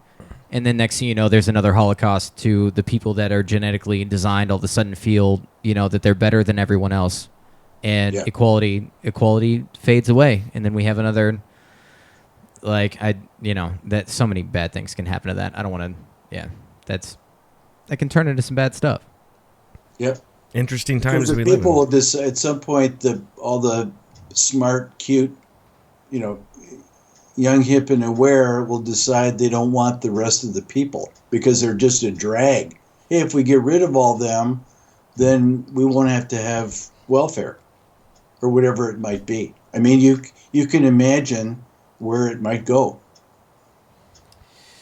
Scary. That's a scary thought. And it's honestly on the precipice of where technology is taking us. I honestly think within the next 20 years, I mean, you're talking about probably that moral issue that it would be being brought to the doorstep of like voting for American people to decide whenever that happens. It's sooner than later. Like, this isn't some science fiction stuff that you're talking about. This is at our doorstep almost. People always say history repeats itself, and this may sound outlandish, but Mike, if you were to get on our channel and look at a podcast we did with Brian Forster, I don't know if you know who he is, but he's someone who's traveled the world, 100+ different countries. He's big on ancient technology and the pyramids and stuff like that. And I'm to the belief of maybe technology surpassed what they were able to handle, and that's what wiped out that civilization. Granted, Brian's to the idea that it was a solar flare that wiped it out 12,000 years ago or something to the lines of that. But they had some sort of technology that allowed them to build that. And Brian has went to these places and has shown why he thinks that that's the case. I think that history is repeating itself again. Technology has done it once before. Granted, it may have been in a different way, but it's happening now in this way. Here's the problem with, intelligence and all that stuff. It's not the intelligence of a person that matters, it's their personality. I mean, if you take an average intelligence person who's a nice person, a good neighbor, a friend, or whatever, that's worth more than a smart asshole to me. So you have to judge other human beings based on their compatibility, their approach to life, their contribution, and that kind of stuff, not just their intelligence. Amen to that. Amen to that, man. Well, we're at like an hour and almost 30 minutes, man. We love doing podcasts with you, Mike. It's awesome, man. You're an awesome person, and definitely look forward to doing another one. When is the release date that you have? Are you still writing right now on your third book? Yeah, I'm going to try and get the rough thing done by the end of the year, rough draft, so then it can start getting edited. So it'll probably be mid-year next year. Mid-year next year. Okay.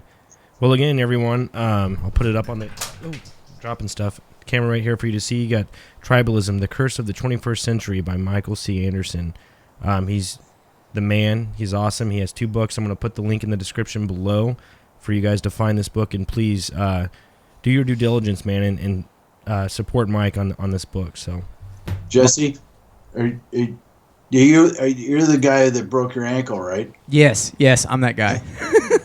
How did that happen? Can you say? No, I was going down into my basement a little too fast, and literally on the third to the last step, slipped, and my foot slipped out from underneath me, and I rolled my ankle. No tendon damage whatsoever, but I snapped my my tibia just whenever I rolled my ankle. Wow. Just an absolute mishap. And so you're in a boot now? Oh no, I'm completely healed. I had a plate and 8 screws put into it. I'm 100% now. I mean, there's a little pain in there, but that's just what happens whenever you have a plate and 8 screws that'll be permanently in you for the rest of your life. When did you do it? Oh, this was back in, I think, June? I think it was in June. I must have missed. I was looking at one of the podcasts. I think it was the guy you're talking about with the pyramids and everything. Yes, that's the one we did. And you weren't there, and it had a Peyton Manning picture on the chair or something. Oh, yeah. LeBron James. Oh, LeBron James. Yeah, no, I was unable to be there because I was literally going into surgery the next day. I was going into surgery on a Monday, and the podcast was on a Sunday, and I was worried about my surgery, and I don't think I could have done a podcast the night before because I'd never gone through surgery, which is very scary. Yeah, going into a surgery. I had the impression it was more recent than that. I guess I didn't look at the date correctly. I believe that was in June. That was in June whenever I was going into my surgery. Very late June, if I remember correctly. Yeah. Well, how did the surgery go? It went well? Oh, absolutely. I'm 100% now. There's no limp at all. I'm still able to move quick for my work and everything. I'm 100%. So it wasn't as scary as you thought. Well, the surgery was scary. There's always in the back of my head, like, I think I get this from my mother, that I'm a worst case scenario kind of person. Yeah. And I've been under before for like wisdom teeth, back when I was like, I think like 16, and never got worried. But that like heavy of anesthesia to be under for about like 2 hours for the surgery was scary to me because I know that you're putting your life basically into hands of individuals that I've only met, a week. And I hope that they're educated enough and, have, had their coffee that morning and are on point to make sure that everything goes okay. It wasn't like open heart surgery or anything like that. It was only on my ankle. But yeah, no, everything went okay. My doctors did very well. I recovered very quickly. I went to the right hospital. I paid, I had to pay out of pocket because I don't have insurance. But luckily I had the money to be able to pay for it to where I didn't have to go into debt. But yeah, no, everything ended up okay. It was a learning experience for me that anything can go wrong. You have to, you have to be ready for anything in life. You never know when, an ankle can be broke or, an injury can happen. And it's a learning experience. Yeah, and it can happen at any point in life for stupid reasons. I mean, it's like was it 3 or 4 years ago? I went out in the wintertime. I went outside to get the paper, and it was like black ice on the sidewalk, and I fell on my shoulder, and I injured my shoulder. I got a partial tendon tear. Doesn't need surgery, but I mean, I had pain for a long time, and I had a black and blue hip, but there's no injury to the hip. It's just to the shoulder. Shoulder. And Yeah, no, the shoulder is a very complex thing. Yes. So if you there's so many moving parts in a shoulder that if you tear a rotator cuff or any one of those like tendons, just a partial tear that doesn't need surgery, it can feel like a knife. I've actually, because back when I was working out, I'm not working out too much anymore. But back when I was working out, I tore both my rotator cuffs in my shoulder, and it was awful pain. Like, it felt like a knife, like, going through it. It was. Did you have surgery? No, I didn't have to have surgery on that. But it was I basically just tore both my rotator cuffs. Not enough to have surgery. I mean, maybe I should have, but I didn't have insurance, so I didn't go to a hospital. But I healed correctly. I Well, think. my right shoulder is actually worse because I have bone spurs on my acromion, so that when I raise my arm, the tendons in the shoulder joint rub against those bone spurs because there's an impingement, and plus I have bursitis there from irritation. Oh man, So that's a combination of stuff. That's just I not can't fun. raise my right arm above parallel to the floor. But I used to lift weights a lot when I was younger, and I mean, I used to lift competitively, and when I was in college and stuff, and I still lift weights, but I just use dumbbells now. I mean, nothing like I used to do, but at one point, the doctor said, "You're not doing anything overhead the rest of your life because of your shoulders. There's too much impingement there." So, I mean, that's any, what I've noticed, and I learned lifting from my uncle and my brother, and everyone has injuries lifting, and you just have to Yep. kind of get around it. It's just it's inevitable. You get older. yep. You have muscle imbalances, just due to daily life. There's really, unless you attempted to live an absolutely perfect life, there would still be some injury somewhere where you'd have an impingement or some muscle, something. And that's what everybody has to deal with. It's just people have to deal with worse than others. That sounds really bad, not being able to go overhead at all. So my heart goes out to you on that. Well, but Whenever there it aren't comes to that many lifting. times where you need to do that. I mean, I do shoulder exercises without going overhead. I just do different exercises. You can do It's not- lateral raises to where you just get up. There's different things you can do that doesn't necessarily have to work the shoulders just over at pressing to where you can get to that level right there coming up that still works the shoulders. But but that still affects your daily life, like having to get up on a top shelf somewhere, setting a box up. Oh, yeah. That has that effect. But that's life. We all have to work around that. I'm gonna have my crappy ankle for the rest of my life whenever the weather gets cold. I've especially noticed the plate in my leg whenever the weather changed. I could literally Yep. feel it in my leg. So that's But I can tell you, the older you get, the more I'm way older than you guys, but it becomes a joint issue. I mean, I work out 3 or 4 times a week. My muscles are toned, all that kind of stuff. I eat healthy. I weigh the same as I did in college. I mean, I gained a lot of weight over the years and then took it back off. But you can't do anything about your joints. I mean, I had both my knees scoped for meniscus tears. That's been 20 years since that was done. But, one knee's bone on bone. You just can't do anything about it. I mean, it's part of aging. And the joints, like the cartilage, wears down, and you guys I'm sure know this, and you have more issues with your joints. So everything can be working fine when they don't. Oh yeah, absolutely. I mean, hopefully that the medical technology will come around to where that won't be a problem anymore. But as of right now, there's nothing for that, and it's just the life that we have to deal with. It's still way better than living back in like the 1400s, right? And if I were to break, I thought about this like mentally. I'm like, if I were to have broken my leg, like 500 years ago, I'd be screwed, right? Like, cause it was a full break. It was a full clean break, about a 4-inch break. My whole leg was shifted off about an inch, or my whole foot was shifted off an inch. I'm like, would I just be on crutches for the rest of my life? And I'm like, yeah, I would. I'd be on crutches for the rest of my life. Except they So- didn't have any crutches then. Yeah. So it would just be, I mean, it's all about, I should be absolutely thankful. Like, I was pissed off at first. I was so pissed off. But to think about it, like, man, if this were to happen to me in a different generation, a different time, my life would be over. I'd be limited, not being able to move, begging for money in the street. So I was actually very thankful that, all the, technology and everything's available to where I'm able to be up and move around and, have minimal pain in my ankle. And I'm actually very thankful for how everything turned out from that. Let me give you a couple of even more important facts. What about dentistry? Dentistry is very new. In the 500 years ago, everybody's teeth fell out, or they had abscesses that they couldn't do anything about, and they just had a lot of pain. There was no dentistry, no fillings. A lot, when your teeth fall out, how are you going to eat? They didn't have dentures. Yep. So, I mean, there's that, not fun. But the most important thing of all is infectious disease, what people died of.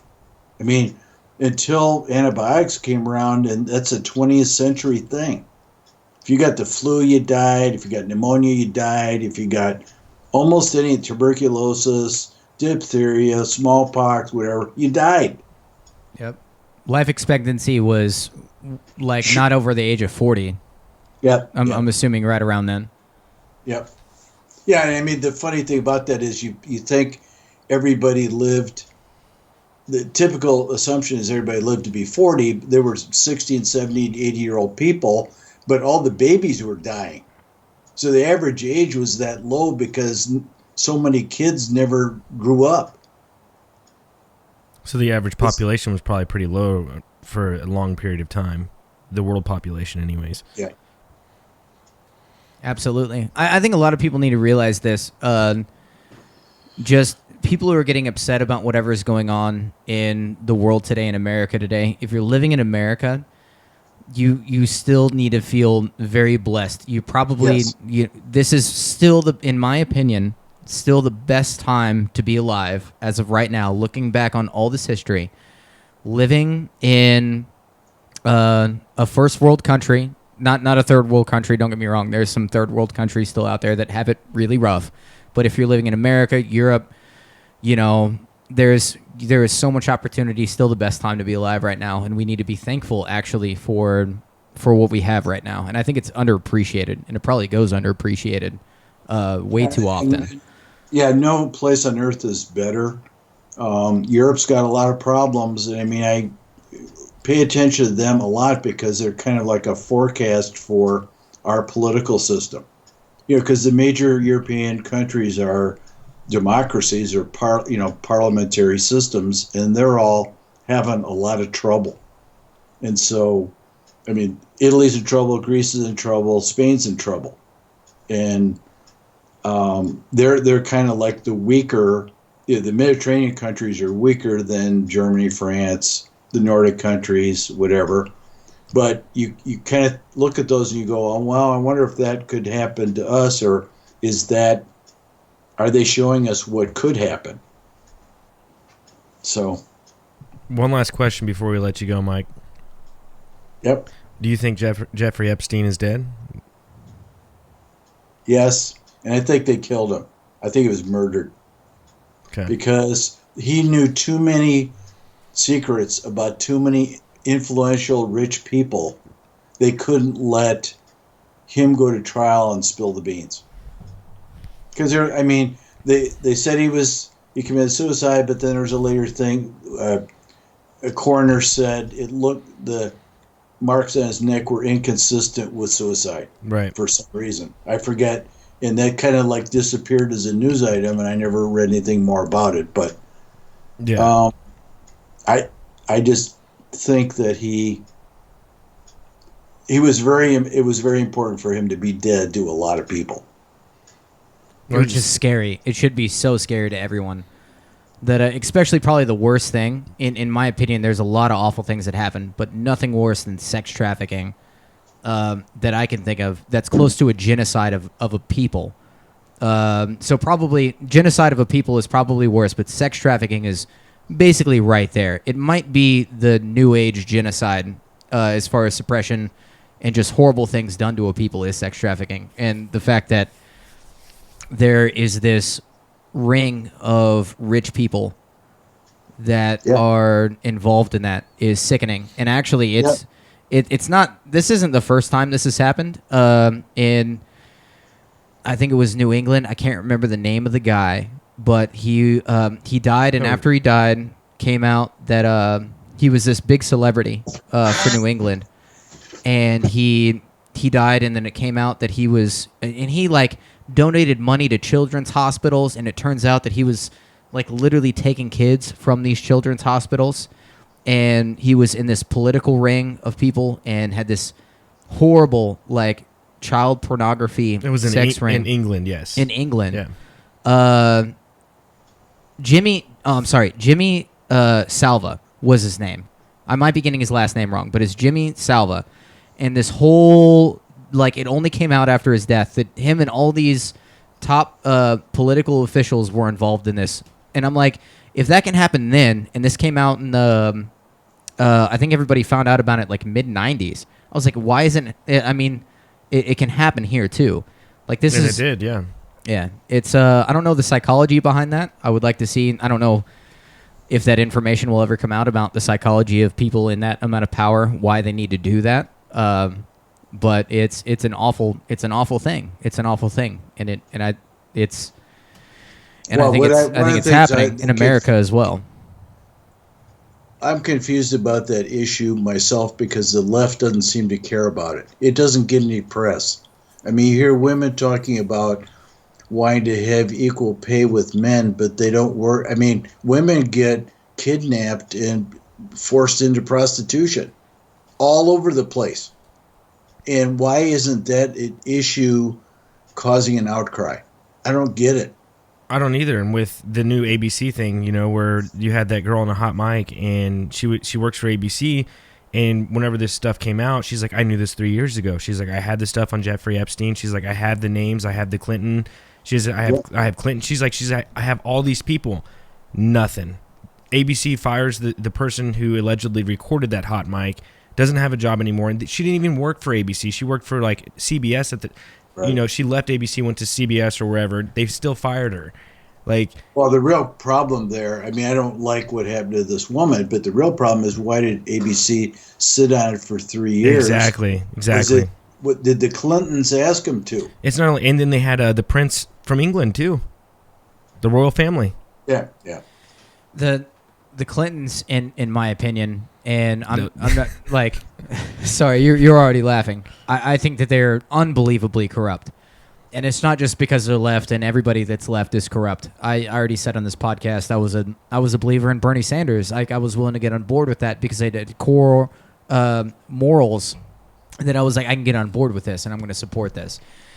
But as far as the Clintons go and everything that I know about the Clintons, I think that they're extremely, actually probably the most corrupt political people that have been in power. Well, I guess it's more so Bill than anybody else. But I think they're extremely corrupt, and I would never support them in any way, either one of the Clintons. Yep. Well, there was an article in the Wall Street Journal yesterday that the Clinton Foundation got $1 million gift from the Sultan of Qatar while Hillary was running, and she made a pledge that if she got any outside donations during her campaign, she would disclose it, and she didn't. So that's just another, along with their server disappearing and the 30,000 emails. And yeah, that's the thing that boggles my mind. Too many people have died around them. Way too many people have died around them. Everyone to the point to where you're like, man, you were literally just killing people to keep yourself, to keep your position safe. It's awful. That would be the 85 million, Mike, that you talk about. The people who don't care about politics. Those are the people who don't know what Hillary Clinton is or the Clintons and what they do. We might be branching into conspiracy theory here, just a little bit. I don't think so. It's widely known. I know. I feel as though it's not conspiracy theory, but to everyone else listening, chances are they're going to be like, oh, they're getting into conspiracy theory right now. Is the only reason why I'm saying that. Well, you have to be careful. That could be another dialogue we have on a podcast someday. But I mean, it's human nature to be a conspiracy theorist. And some people are more serious about it than others. But I was shocked reading, through the early time of when our government was created in the colonial times and stuff, how much conspiracy theory there was then. Like when Washington got elected, there were people who were saying that the British government, he was being paid by the British government and stuff like that. And it must be human nature to have a tendency to believe that. Most people, scoff at it once they think about it. A lot of people are very serious about it. Look at the people who don't think we went to the moon. I mean, it's amazing to me. But it turns out it's about 10%, I think, I've read, of people that strongly have conspiracy theories about this or that, whatever it may be. I actually have a conspiracy theory about the moon. I actually lean more heavy to where we faked it, actually, to be honest with you. As far as my own opinion, but not to go down that rabbit hole of talking about the moon landing or anything like that. But I feel as that's a very valuable conspiracy theory of why it could have been faked, because there was so much needing to get to the moon and the government to fake it. And I'm pretty sure I think I've said it on another podcast. I think I'm like 60% that we faked it, 40% that it actually happened. So I'm still weighing on the other side that it probably is a conspiracy theory to where the government actually did fabricate it. But I will never really know. But I could see a lot of reasoning behind fabricating that whole experience, given the Cold War and all of that. But once again, I'm not super educated. That's just me seeing that Russia literally had us beat on everything. And How do you know they went? What was the question? How do you know they went? How do you know they went to the moon? Well, they didn't go to the moon, but how do you know they had us beat in space? Maybe when they did the first orbits, they didn't really do it. No, that's true. I mean, now you get down a rabbit hole of just what if? But they had Sputnik. They were more technologically advanced than us throughout that whole thing. And like I said, I'm a 60-40. I'm a 60-40. And this is just from somebody who to me barely researched it just in general. But I think every government isn't okay. I don't think the United States government is the shining light upon the world that's completely perfect and we do no wrong in all this. I think that we have done some things that have probably been to our benefit, and we've fabricated some things. And now it's where you place. Now it's where you place those certain events and in which we did those things.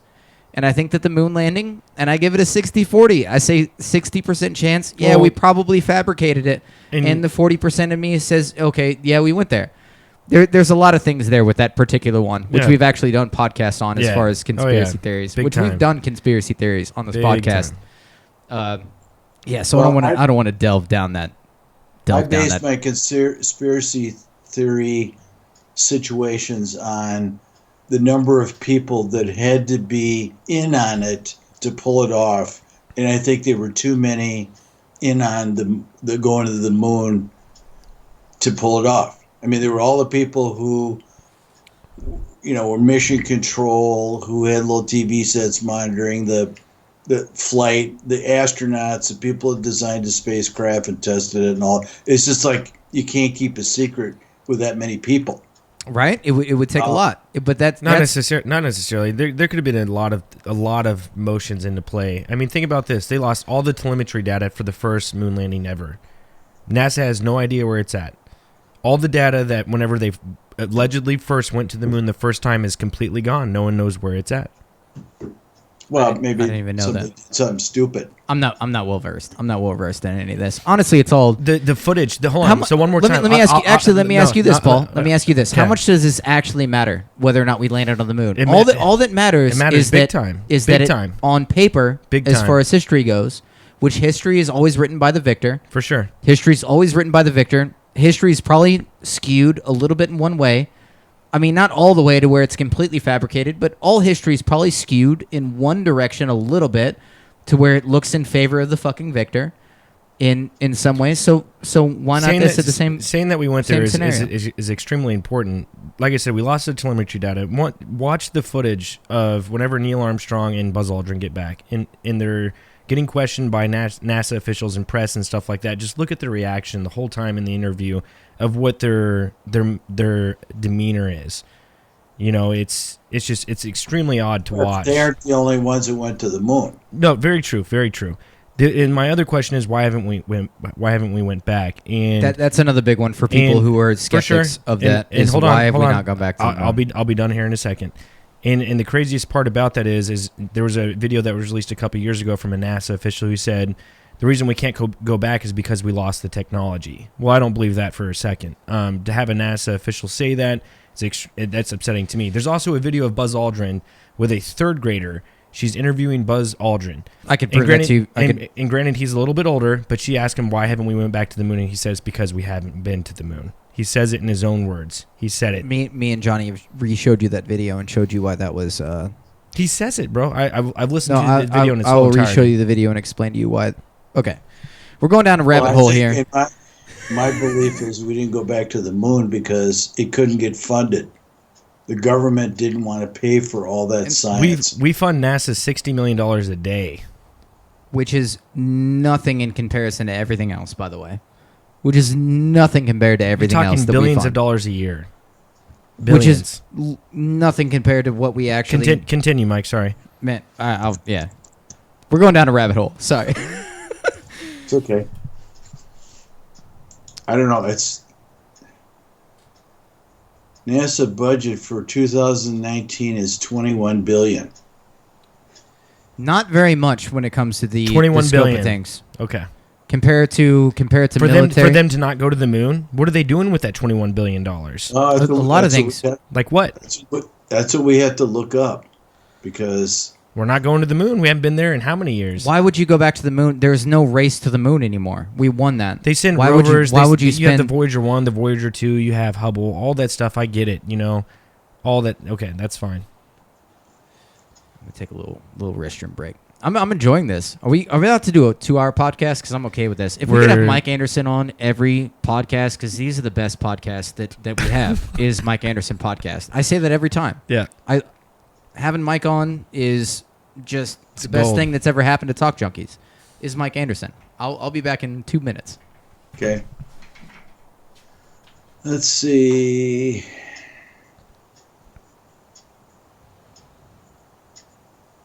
I'm looking at the budget.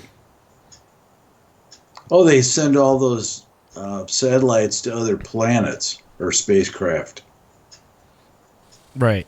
I mean, yeah, they'll send them. I mean, the probes and stuff that they send to like Mars and the rovers and all that stuff. But does that $21 billion a year? And I'm curious to know if it's had to have been in the billions for the past at least 5 or 10 years. So it's a massive amount of money. Yeah.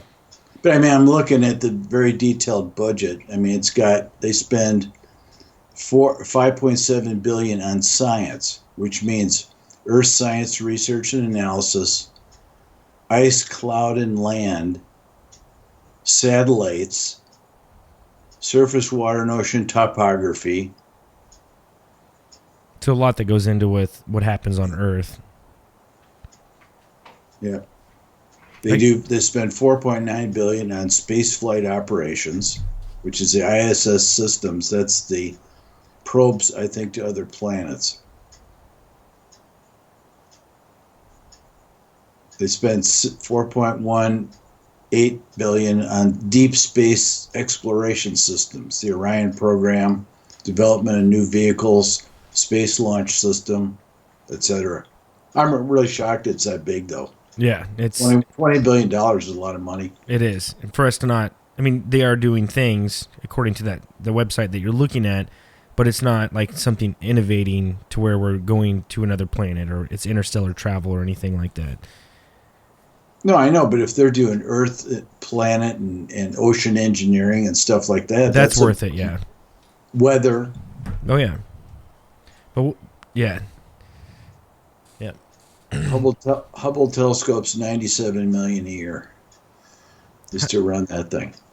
How is it? I mean, it's already in space. Just to get the signal back, it costs $97 million a year. You have to think about the engineers that it takes to pay them at that level. $97 million? Yes, for all the engineers it takes to keep. Like the further away it gets, you have to have more engineering. Okay, you have to understand. Like you pay for what's happening. You want the top scientific minds involved in keeping that thing going, making sure the data is correct, everything. You pay top dollar for those people. Like if you're not, if I'm going to be a Hubble telescope, whatever it is, analysis, like I should be getting paid like, $250,000 a year, whatever. That's probably like the going rate. It's being paid back to the people that $250,000? Sure, why not? Okay. So that intellect did to you be just able hear to what he come said? $97 million a year.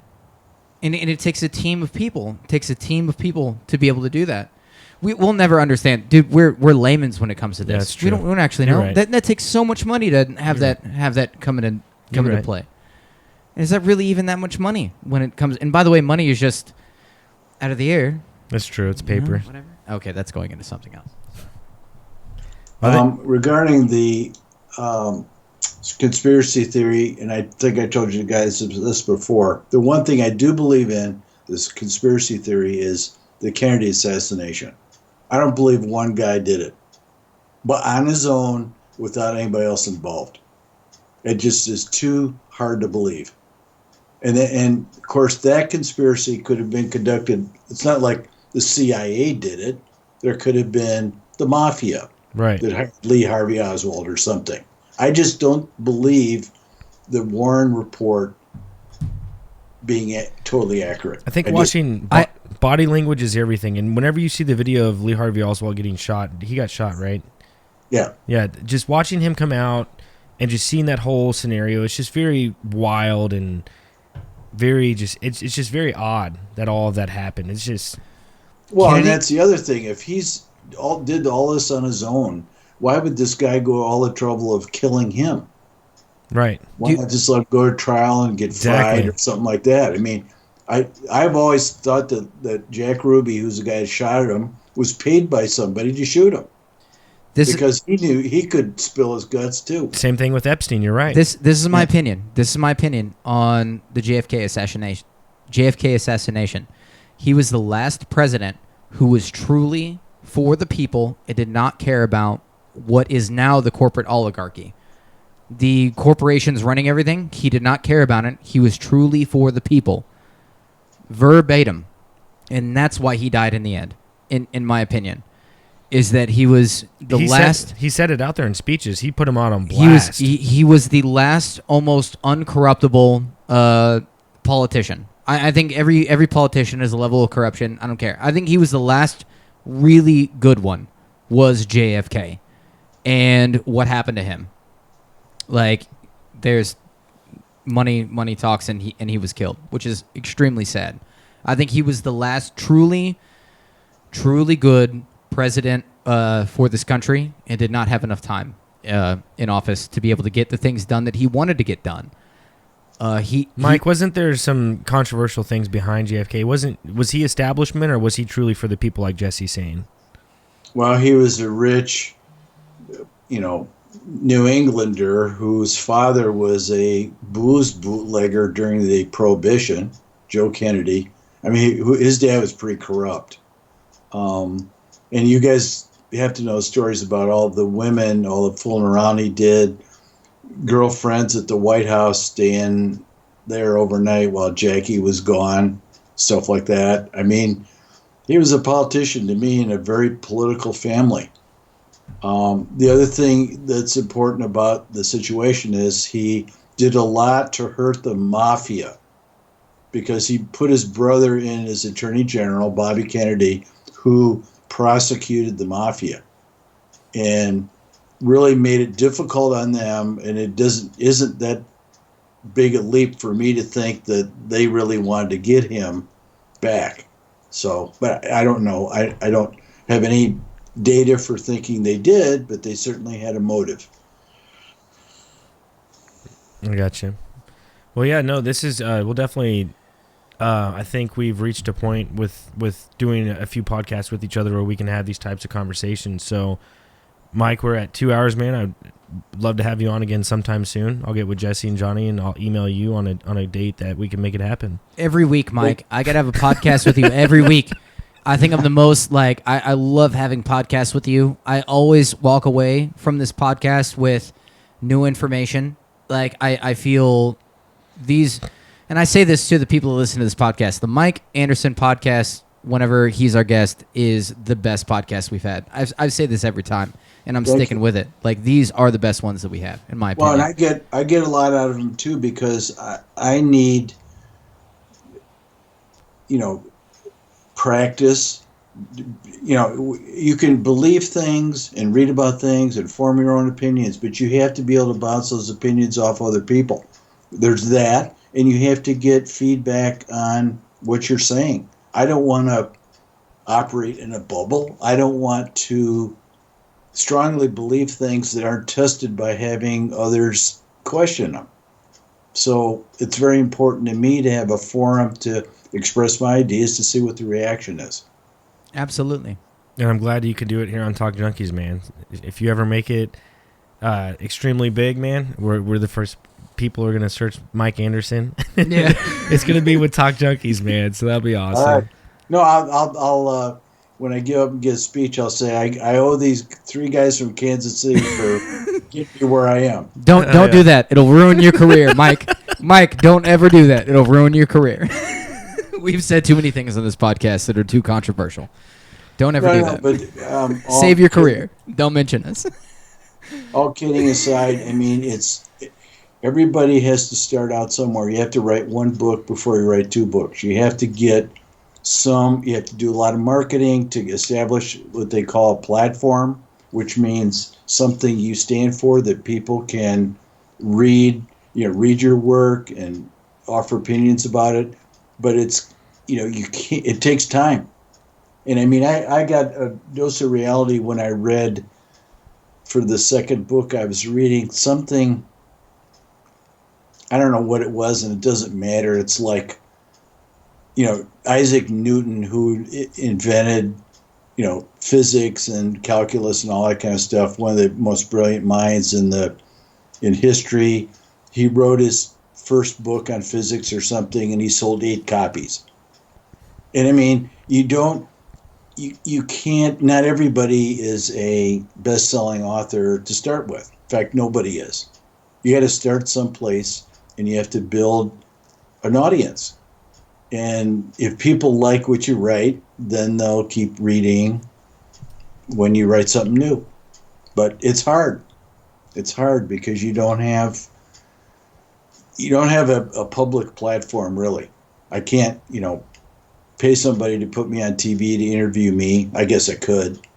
And because that's how you get exposure, is when you got, a million pair of eyes looking at you talk, then you're going to influence some of them. But I don't know. It's an interesting challenge. Hey, we're on that challenge with you, man. We've been doing the podcast for a little over 2 years now, and we're right at 363 subscribers. So it's a long road we're going down, but it's something we're willing to do each and every single week. So. It's a grind. It's a grind. Well, I think the first time we did one, you had 180. Yeah. Or something. So you've doubled since the spring or something. Yep. In 9 months. Right. And of course, it's a geometric thing because it's easier to get from 380 to 760 than it was to get from 180 to 360. Right. You know what I mean? Because of the leverage of communications between people. Yep, exactly. So I think you guys should keep at it, though. I hope you're not being discouraged or anything. Not at all, man. Nothing will ever stop us. We do this because we care about this and because we truly love doing this. Yeah. We love discussing things. We love almost pushing the envelope a little bit at certain times. And even if we lost all those subscribers, we would still be sitting here in front of the mic next Sunday speaking, what we want to speak and what we think needs to be heard. What kind of reaction are you getting from people that listen? Oh, wow. We don't get too many YouTube comments. It's very minimal on the comments that we get. We had Jeff Denham. He was pretty big on putting some comments down.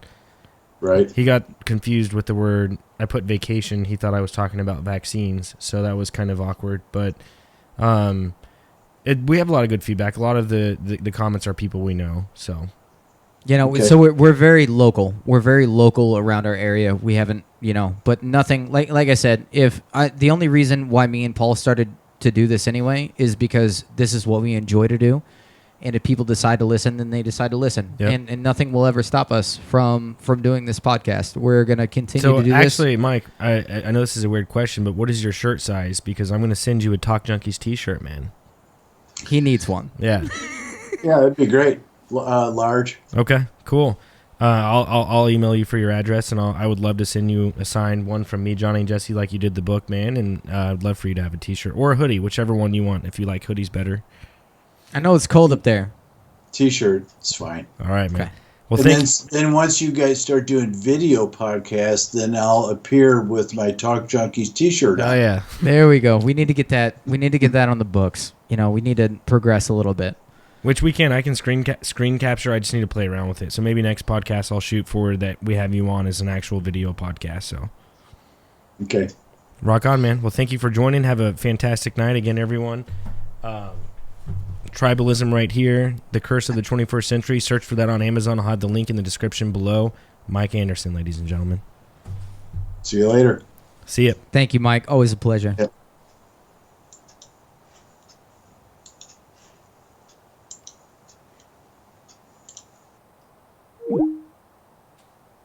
And there you have it, ladies and gentlemen. Mike Anderson, a great podcast.